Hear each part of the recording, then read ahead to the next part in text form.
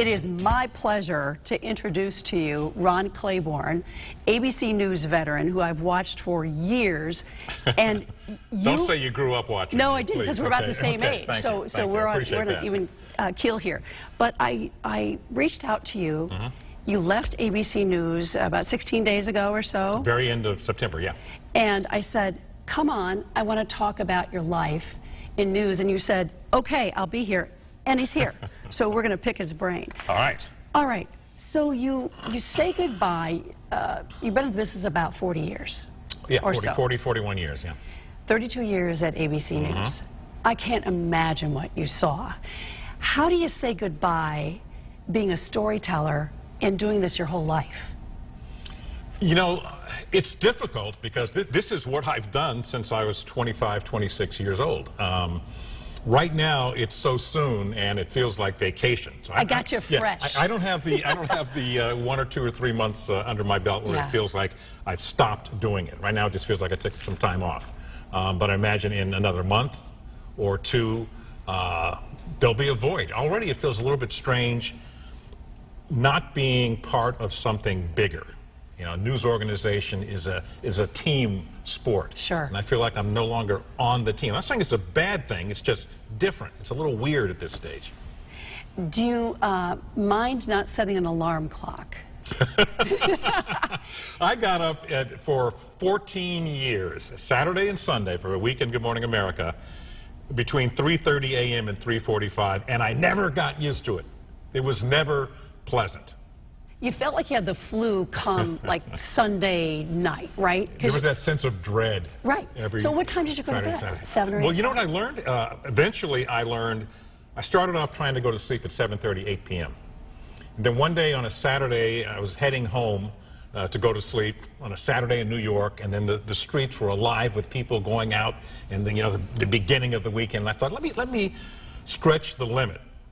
See how late I can stay out, or just keep a normal schedule and see if it feels worse. And it felt no worse going to bed at 10 p.m. or 11 p.m. than it did going to bed at 8 p.m. So did you adopt that then? So I did, yeah. I go to bed, well, I used to go to bed around 10:30. I would not go to bed. I went to a Yankee game once, went to extra innings. I went to bed at 2:45 in the morning and got up at 3:30. Well, you didn't sleep at all. I slept 45 minutes. 45 minutes. I didn't feel good. So, you're a kid from Los Angeles. I am. Tell me about how a kid from LA ends up in this business. And we should say that you went to Yale University and Columbia University. I did. Tell me about your life as a kid growing up in LA. I was always interested in history and geography, so I think that sort of set the stage to be interested in journalism. When I was 10 years of age, President Kennedy was assassinated. Huge, obviously huge, earth-shattering story. And that got me interested in history, in current events, plunged me into it. When I was in college, the Watergate scandal occurred. And that was when I learned or came away with the thinking that journalism is a form of public service. What Woodward and Bernstein were doing was a public service, and I wanted to be part of that. So I started working at the Yale Daily News, WYBC radio station, and I applied to graduate school and went to graduate school in journalism at Columbia. Where'd you start out? First job? When I got out of journalism school, I traveled for a while and I couldn't get a job. Okay, it was Don't you love that? Yeah, it was tough. You know, it was the old catch-22. You need a job. You need a job experience to get a job, but you need the experience to get a job. So I just could not make that first break in. I went back to Northrop Aircraft in L.A. and worked as what was called a proposal engine, kind of a science writer, writing projects or proposals, which had nothing to do with what I was interested in or what I had trained to do. And I finally got a summer relief position at a newspaper in the Bay Area, the Richmond Independent, and that got me started. It only lasted the summer, and after that, I was without a job again, living in the Bay Area, and this is a bit of an odd story. I went into a bar one day. I love that. Did you hear the one about the bar? And I was talking to a guy, and I said, listen, I want to be a newspaper reporter. And he said, like, so why don't you go to New York? And I said, you know what, that's a great idea. So I got in my Volkswagen and drove to New York. And you drove cross-country? I drove cross-country 3 days. Was it a bug? A bug. Yeah. Yeah. What color? Steel gray. Love it. Mine Still was gray. yellow. Yeah. Okay. And slept under my friend's couch for months until I finally was able to get a job at United Press International at the old wire service through a connection, a woman who had gone, the husband of a woman who had been my mother's roommate had happened to have a conversation. Well, you know, Of know course. someone who knew And how it someone. goes, yep. And that gave me my first break as a general assignment reporter at UPI in New York, and that was 77. Who saw you and said, we're going to put you on TV? No one. I was at the New York Daily News, and they were laying off people, and I was very low on the seniority list. And I thought, I got to find another job. There was a guy who was an agent who had sent the same letter to every single newspaper reporter in New York, the Times, Newsday, Daily News, and Post, saying that my specialty is going to be taking newspaper reporters and making them TV reporters. I had gotten that letter and threw it away because I had no interest in being a television reporter. And now, desperate, you know, I need to get a job in case I get laid off. So I found someone with the letter. They said, okay, here's the guy, get in touch with him. I got in touch with him, and it worked out. So on the air, you're what, 30 years old now, 28 years old? What was your first? About 28, 29 years old, yeah. And you're in New York on the air? Okay, you started in the #1 market. Yeah, it was different then. It was a local station. But it wouldn't happen now. Yeah, but yeah. but still. Yeah. So New York, so you started in that job, and then how did you climb the ladder to get to ABC News? I spent four plus years at that station and did everything but live shots, because the station was so small. Sure. They couldn't afford a live truck. And then I went to the agent and said, you know, what else is out there? He looked around. ABC News was, they were under pressure at that point to hire more African-American reporters. There had been a lot of controversy over the representation, the diversity of the newsroom, and I came in with that group of reporters, about 5 people that were hired in 1982. And the rest is history? Well, I worked there for the next 32 years. Next 32 bounced years. around in a lot of different bureaus. So at ABC News, I was fortunate enough to talk to Peter Jennings a number of times, a number of interviews. You were in the room when they were making decisions about stories. Yeah. Tell me how that goes for folks that don't know decisions being made for the network newscast. Well, on the evening news, by the time they have their first meeting, and it's pretty much the same now as it was even back in 1982, 83, where they sit around the executive producer of the evening news, the senior producers, and the anchor, and they look at what has happened that day. Okay, the assignment desk has told them, here's some latest news. They've read the newspapers. They're up on what's going on. And then there's a lengthy discussion. What are the most important stories we need to tell today? Peter was a very hands-on man with a very strong opinions and a strong journalistic sense of what was important, what stories were important, and what angles to pursue. So they come together and say, around 11 o'clock in the morning, these are the 14, 15 stories we are looking at, and let's assign people to poke into them or go out and start shooting them. As the day goes along, they'll hold a meeting in the early afternoon, reassess what has happened, which of those 14, 15 stories are panning out, what are the important ones, what's happened since that meeting. That's important. So then now that 14, 15 become 10 prospective stories. Later in the day, they circle back, narrow it down to 8 or 9 stories, and that's what gets on the air. Did you ever want to be in his chair? No.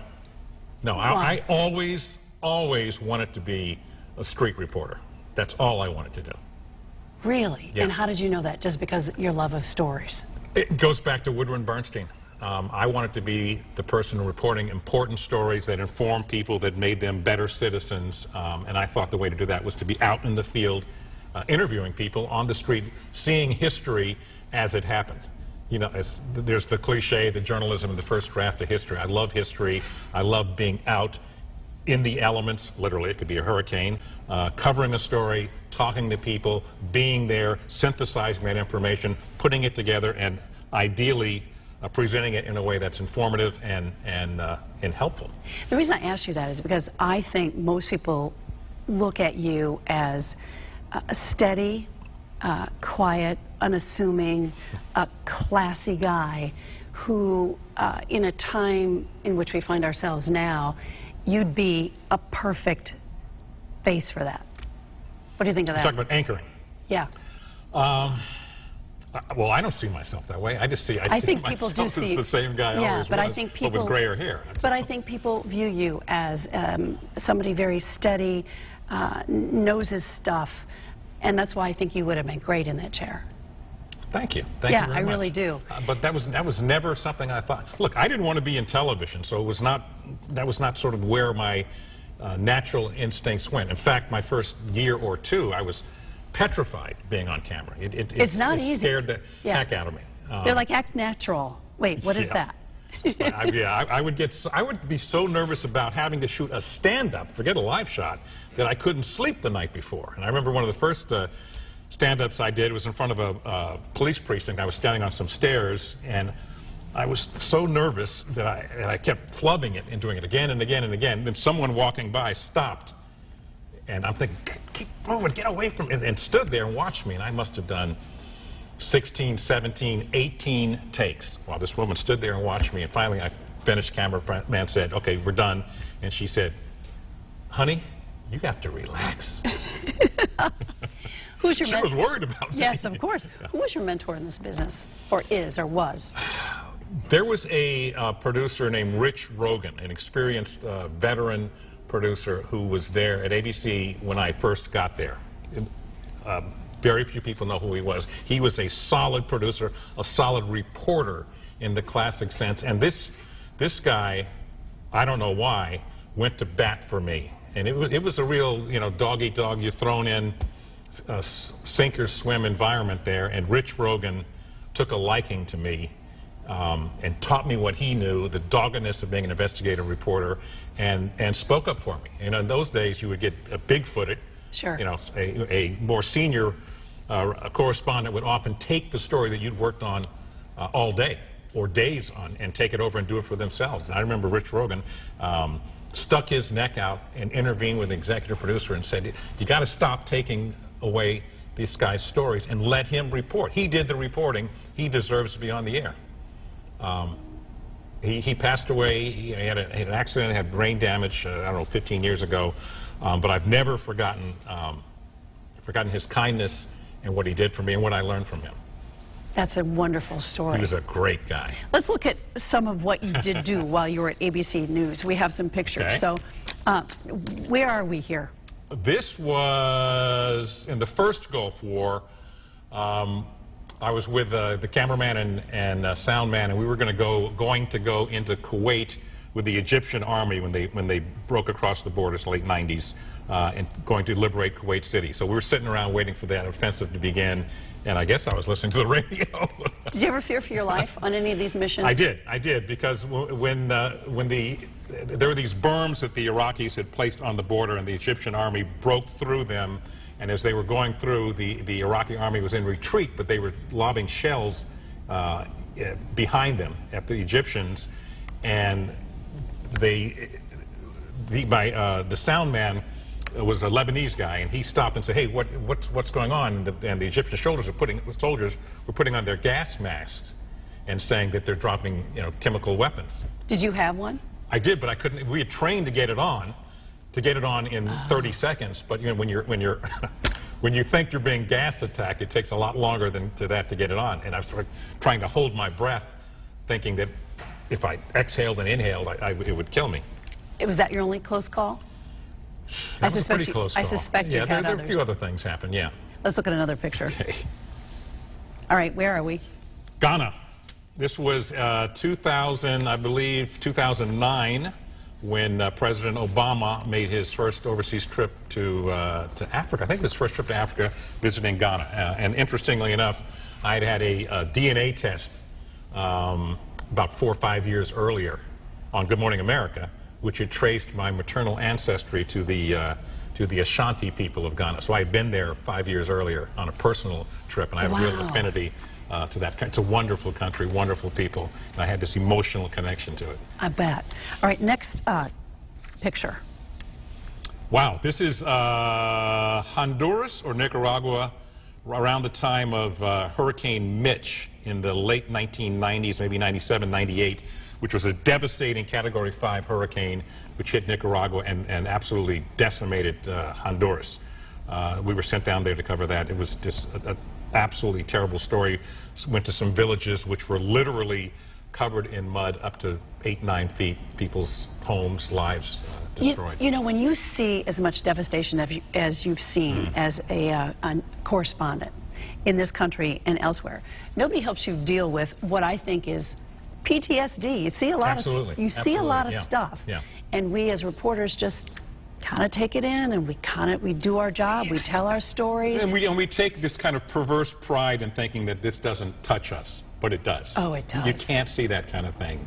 You can't be around it. You cannot talk to people without it affecting you. I'll tell you a very quick story. I did a story once about the effect of suicide bombings in Israel and Gaza, how it was affecting Palestinians, how it was affecting Israelis. I interviewed a woman. She didn't want to do an interview at first.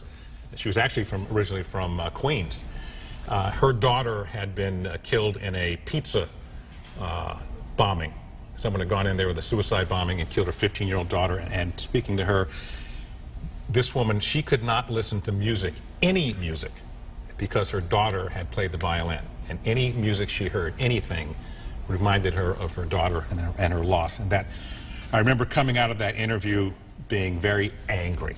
Not at someone, but that this had happened. So yes, you're right. These stories do affect us deeply. Oh, and they should, because we're better storytellers. And they should, because of it. Exactly. Because you've seen it, you've touched it, you've been there. Yeah. We're people's eyes on things like that.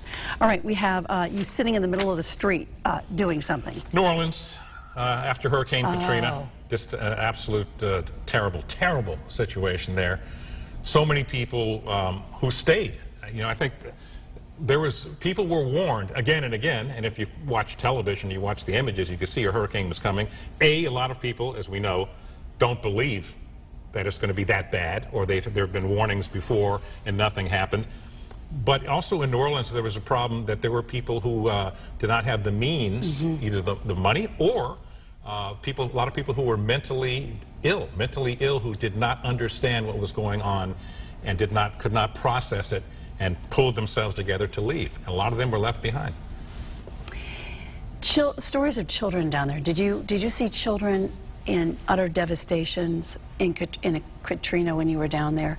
And do you have a story to share about that? Because they were so destitute. I'll tell you, the story that sticks in my mind was not a child. It was an older woman who we were set up on Canal Street, which is a bit on higher ground, and over in the French Quarter, which was underwater. This woman just appeared near where our cameras were set up, and I said, well, where did you come from? She said, I just came from my doctor's office. Where? And she pointed down the street, which is the area that was covered in water. Clearly, she was disturbed. She had not come from there. So she sat there for a while. We gave her food, gave her water, and then suggested that she go to the Superdome, where they were taking people in at that point. We didn't know the Superdome was an absolute horrific situation, so she got in a car with one of the camera crews and went over to the Superdome. She came back 20 minutes later and said, I'm not staying there. So she sat down in a chair, gave her some water, more food, and then an hour or two later, I looked over, she was still sitting there. An hour later, she was gone. Where? Who knows? Yeah, you leave part of your heart there, for sure. All right, another picture of you out and about somewhere. You know, well, it was a tornado. I believe it was near Birmingham, probably mid-90s. Tornado. I've only covered a few tornadoes, and the damage that they do is it's horrible, but it's also bizarre in that one house will be perfectly intact, and the houses next door will be splintered. Yeah. And this was a bad one. It had hopscotched around the Birmingham airport and then hit this residential neighborhood. For folks that don't know, when tragedy strikes, they tell you to get on a plane and you have how much lead time? 5 minutes? 10 minutes? Yeah. What's it like? If you're lucky. If you're lucky. Well, you hear that a tornado has struck, say, in Birmingham. Go. Or a hurricane I remember I covered Hurricane Hugo in 1988, which really decimated Charleston in that area. I remember as we were driving in, all the traffic was going the other way. I'm thinking, there's something odd about this. Yes. We're going in, and everyone who has any sense is going out. Did you always have a bag packed? No, you know what? I was never good about that, so I often went with nothing but what I could grab in my You hand. figured A it out. notebook and a shirt that I have hanging on the back of the door. And you'd be there for sometimes a week at a time? Yeah. And sometimes you would get, you know, what you would think was going to be 4 or 5 days will become a week or 2 or 3 or 4 or 5. Yeah, and then you start living the same tragedy everybody else is. All right, we have a picture of you at the Vatican.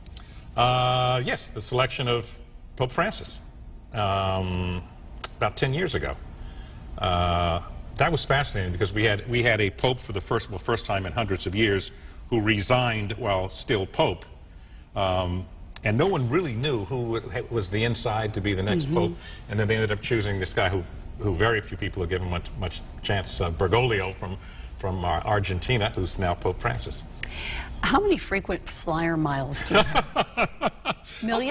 I'll tell you, probably, I can give you a pretty good guess, about 3 million. So you're going to use some of them up now? I'm going to start, I'm using some of them for my big trip in November to Africa. So I'm using a good chunk of them to get me to Africa, where I'm going to be doing a volunteer effort in Tanzania. I want to get into more of that in just one moment. We have 2 more pictures. Sure. All right, so this is you on the streets again. New Orleans again. Okay, same thing. A couple days after Hurricane Katrina, talking to one of the people who stayed, finding out what their story was. He had some water in his hand. Remember, there was no water until the National Guard came in with guns pointed at people, I should say, which was infuriating. That whole story. Yeah. All right, the next one is you on the streets again, doing a stand-up, I suppose. By now, you're not nervous for the stand-up. This was a very controlled situation. I don't remember what the story was. I still have that suit, though. I know that.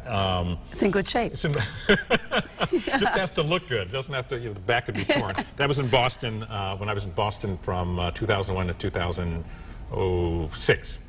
And the final one is kind of a fun shot. Describe what's going on here. We're about to get into the space shuttle. No. If somebody would believe that. Somebody would believe that. This is the cast at the time of Good Morning America Weekend. That's Ginger Z on the far right, and Dan Harris, still in the show, Bianca Golodriga, now at CBS, and that's me on the far left. We are about to do a feature story where we were driving NASCARs at a NASCAR track in Charlotte, North Carolina. It was a competition to see which of us could drive the car the fastest, and I won. How fast did you 155 go? miles an hour. That didn't scare you to death? It was exhilarating. It was a thrill? It was great. It was great. You're such a guy. No, but the hardest thing was because the track has the banked curves, which you're supposed to hit as fast as you can. Everything you've learned in driving all your life is when you turn, you slow down, right? But when you so it's counterintuitive. When you come to that turn, you have to accelerate and hit it as hard as you can. And when you do that, and you don't fly off the edge, and you just whip around. Well, are you alone in the car? I was alone in the car. Well, it was fantastic. Something could have happened. I mean, how much? Yeah, it's weird. It's weird that they let you do that, but it's open to the. It's not just reporters. It's open to the public. You pay, you pay a fee. You can go to these NASCAR tracks and drive a car. They put a limiter on that, so you can only go a certain speed. 155 is. They put it a little high for us. Yeah. So I was pushing the limit there. So you're going to do that again? I would love to do that again. I will do that again. All right. All right. So now you've left ABC News a couple of weeks, 16 days, whatever. You're embarking on what now? When I knew that this was going to be the end, I didn't want to sort of retire. It's a weird word, isn't it? We hate that word. Didn't want it to end and then just sort of, now what do I do? So I wanted a project. And I did a little bit of research. I found a group called Global Volunteers, which has volunteer projects throughout the world.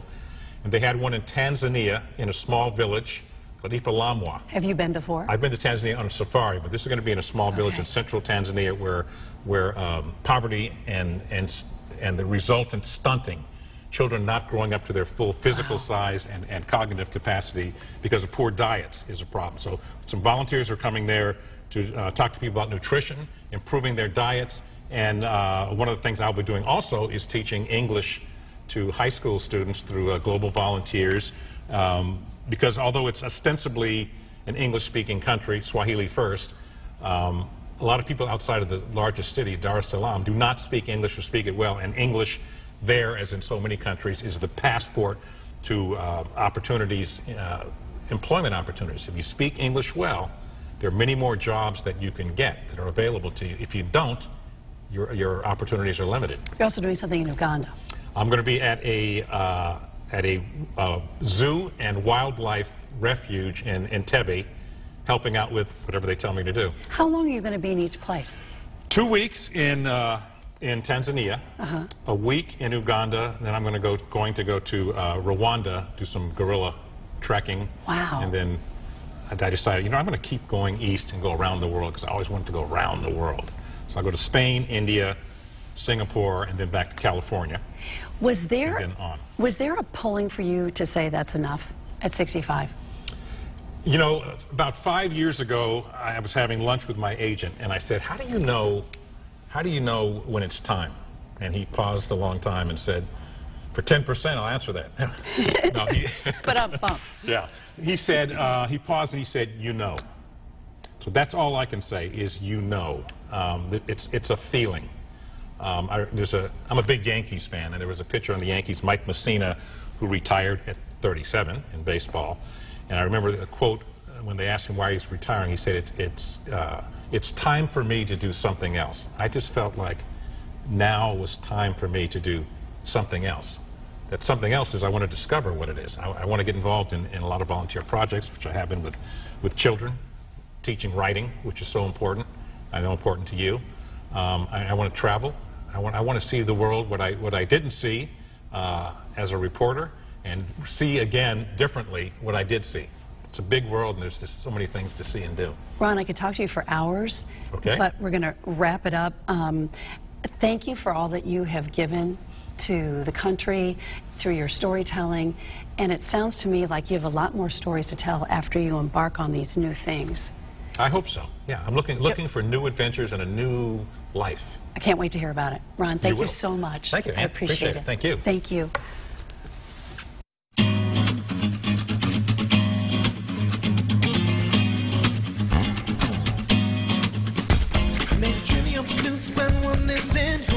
Spend all night kissing and the bump is right here, then who else is missing? Got a little sidetracked to find us a wishing to find the keys to the door, but it's also a metaphor. Need to keep locked in the grocery store of my mind. Just to save time, skip right ahead to the last ride.